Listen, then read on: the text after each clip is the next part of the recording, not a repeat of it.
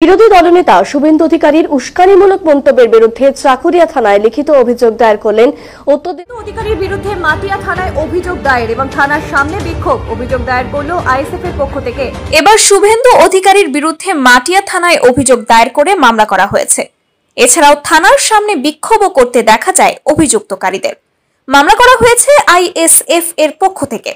চতুর্মুখী আক্রমণের দিশেহারা অবস্থা আধাপাগল ভণ্ড নেতা শুভেন্দু অধিকারীর।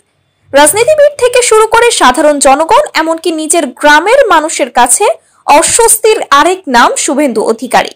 যেন কোনো দিকে পালাবার পথ আর অবশিষ্ট নেই এই নরেন্দ্র মোদী পোষা প্রাণীটির। এছাড়াও গেল সপ্তাহে বিরোধী দল নেতা শুভেন্দু অধিকারীর বিরুদ্ধে উস্কানিমূলক মন্তব্যের বিরুদ্ধে চাকুলিয়া থানায় লিখিত অভিযোগ দায়ের করা হয়েছিল তৃণমূল কংগ্রেস বিধায়কের পক্ষ থেকে। এসব মামলায় শুভেন্দু অধিকারীর বিরুদ্ধে অভিযোগ রয়েছে একটি নির্দিষ্ট সম্প্রদায়ের বিরুদ্ধে বারবার বিরূপ মন্তব্য করছে এবং রাজ্যের মধ্যে হিন্দু মুসলিমের দাঙ্গা লাগানো ও সাম্প্রদায়িক উস্কানি দিচ্ছে। এই যে আমার হাতে কালি দেখছেন না, আমি আজকে বলছি 26-এ আমাকেও ভোট দিতে দেবে না। আমি আপনাকে বলছি তার কারণ আমি হিন্দু। আমার বাড়ির সামনে 50 জন জিহাদি ভোটের দিন বসে থাকবে সকাল থেকে। পুলিশ দর্শকের আসন গ্রহণ করবে, হিন্দু তাকত দেখাবে বাংলায়। তার আগে আমরা হিন্দু ভোট বাড়িয়ে সরকারে খুব এসেন্সিয়াল। আপনি নিশ্চিন্তে থাকুন, 39% ভোট পেয়েছি কমপ্লিট হিন্দু এবং জনজাতির ভোট। আরো 5% কেন 10% হিন্দু ভোট বাড়াবো। আপনারা চালিয়ে যান। কোন সনাতনী, কোন সনাতন ধর্মেরও কথা বলছো? সনাতন ধর্মের ইতিহাস জানে? এসবও জানে, মানে জানে না বলেই এইসব আজে বাজে আলটপকা কথা বলে যাচ্ছে। আমি আবারও বলছি, একজন পাড়ার ওচা মস্তানের যা বয়ান হতে পারে সেটাই হচ্ছে শুভেন্দু অধিকারীর বয়ান। এই ধরনের সিরিয়াস সময়তে এই ধরনের আজে বাজে কথার উত্তর দেওয়ারই কোনো মানে হয় না, যার ফলস্বরূপ যখন তখন রাজ্যের আইন শৃঙ্খলা পরিস্থিতি বিঘ্ন করতে পারে। এজন্য শুভেন্দু অধিকারীর বিরুদ্ধে অভিযোগ দায়ের করল মাটিয়া থানায়। বিতর্কিত এই বিজেপি নেতাকে অবিলম্বে গ্রেফতার করতে হবে এবং তাকে ক্ষমা চাইতে হবে বলে দাবি করেন আইএসএফ নেতারা। তারা বলেন, এই শুভেন্দু অধিকারীর কারণে আজ আমাদের পশ্চিমবঙ্গের হিন্দু মুসলিমদের মধ্যে বিভেদ সৃষ্টি হচ্ছে। অবিলম্বে এই দাঙ্গাবাজ নেতা শুভেন্দুকে গ্রেফতার করে যথাযথ আইনি পদক্ষেপ গ্রহণ করা হোক।